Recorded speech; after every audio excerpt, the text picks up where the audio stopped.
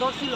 ধরার পর যখন পাড়ায় গিয়েছিল তখন বিদ্যুতের খাম্বায় ধাক্কা লেগে ও গুরুতর আহত হয়েছিল। এরপর যখন হসপিটালে নিয়ে গিয়েছিল তখন ডাক্তাররা বলেছিল যে ও মৃত হয়েছে, মৃত ঘোষণা করে দিয়েছে। কে মারা গেছিল? ওই যে চোর চোর। হ্যাঁ, ওর নাম কি জানা আছে? চোরের চোরের বিরুদ্ধে মামলা আছে, মানে 7টা নাকি 10টা মামলা আছে জানা মতো। তো ওই চোরের মানে চোরকে নিয়ে এখন ওইখানে বাঙালিরা, চেতলার বাঙালিরা দাঙ্গা লাগাইছে আর কি। কালকে কালকে থেকে ওই দিঘিনালায় ঘর বাড়ি পুড়ে দিছে, একদম দোকানপাট সব লুট করে নিয়ে গেছে।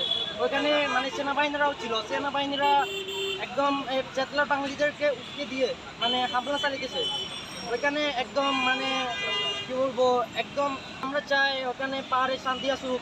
মানে সেনাবাহিনীরা সেনা শাসন তো ওরা তো সেনা শাসন করতেছে আমাদের ওইখানে, একদম জোরপূর্বক করে আমাদের বাপ দাদার জমিদের দখল করে মানে চেতলার বাঙালিদেরকে ওইখানে বসে দিয়েছে।